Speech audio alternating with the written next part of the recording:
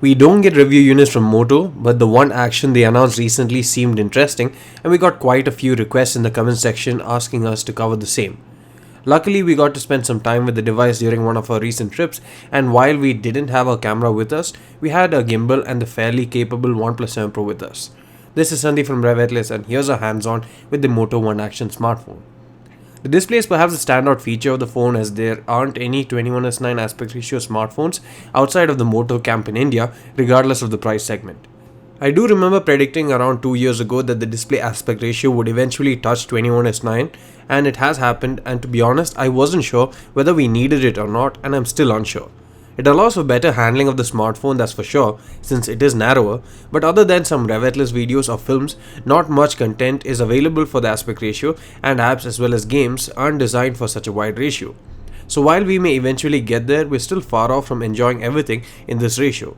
Luckily, you can record videos in the phone in 21:9 aspect ratio, so at least the content that you generate can be enjoyed in it.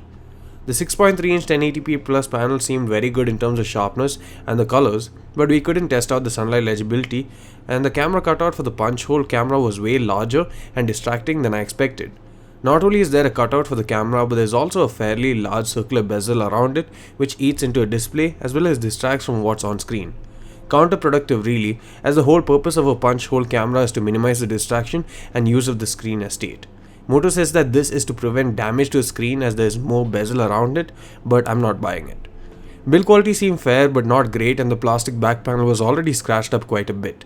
The logo on the fingerprint scanner is a nice touch, and the overall handling of the phone is top notch.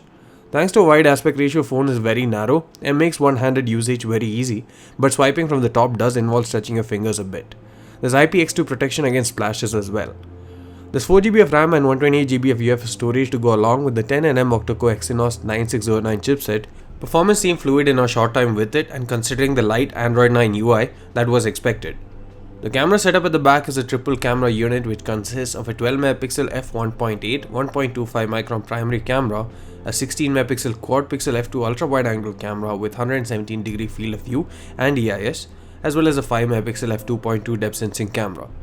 The action part of the phone comes via the ability to capture ultra-wide angle footage while holding the phone in a vertical position, which Moto claims is more natural than holding it in landscape position. Despite holding it vertically, you still record the video in landscape mode for a full screen viewing experience once captured. They're able to achieve this since the ultra-wide angle action sensor is mounted at 90 degrees compared to other sensors. Smart thinking. It is easier to record videos with better stability in one hand in vertical mode, this much we found from our short time with it. The front-facing camera is a 12MP f2 1.25 micron sensor that's housed within the punch hole camera. The phone has a USB Type-C port that charges the 3500 mAh battery, but charging maxes out just at 10 watts. Moto has been pricing their devices quite high in the past few launches, but with this one, it seems like they're back on track, and it seems to be on a differentiated value offering at the price point. While we can't give a final verdict, it seems at the price of Rs 13,999, this smartphone should be one that you should consider before buying something in this segment. The channel we're going to be recommending today is Mr. Phone, and as the name suggests, they primarily make videos about smartphones, but they also cover other stuff such as laptops and audio gear.